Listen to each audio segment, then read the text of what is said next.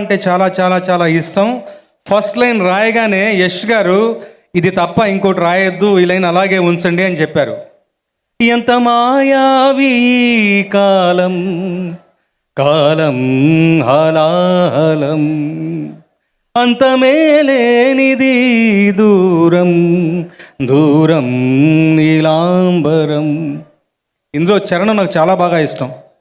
మిన్నందలేని సంద్రాల భాష, నా మౌన ఘోష, రెండు ఒకేలా, పెనుమంట రేగే పూదోట బాధ, కన్నీరు చల్లి ఆర్పేదెలా, అలిసిపోతోంది స్వప్నం, వెలిసిపోతోంది వర్ణం, దీపమా శాపమా ఏది నా జ్ఞాపకం, నిడ కూడా రాదే సాయం, ప్రాణం పరాజయం, కన్నంచున కన్నంచున ప్రాణం నీకై నిరీక్షణం, నువ్విచ్చిన గాయం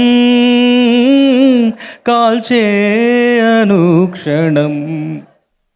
thank you sir. Thank you sir, thank you so much.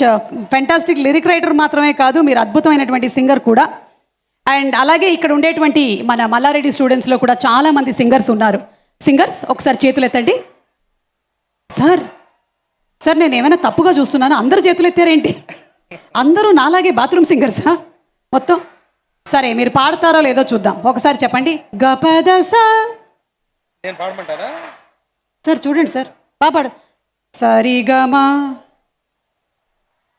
ఇలాగే వీళ్ళు పాఠాలు వింటే ఒక్కొక్కళ్ళకి మామూలు మార్కులు కాదు, అసలు డిస్టింక్షన్. అందుకే నేను వీళ్ళ టీచర్ అయిపోదాం అనుకుంటున్నా. ఒక్కోసారి టీచర్ని బట్టి కూడా టాలెంట్ పెరుగుతూ ఉంటుంది పిల్లల్లో. Thank you sir, thank you so much. Requesting you to please be seated. And అలాగే పాటలు అయ్యాయి.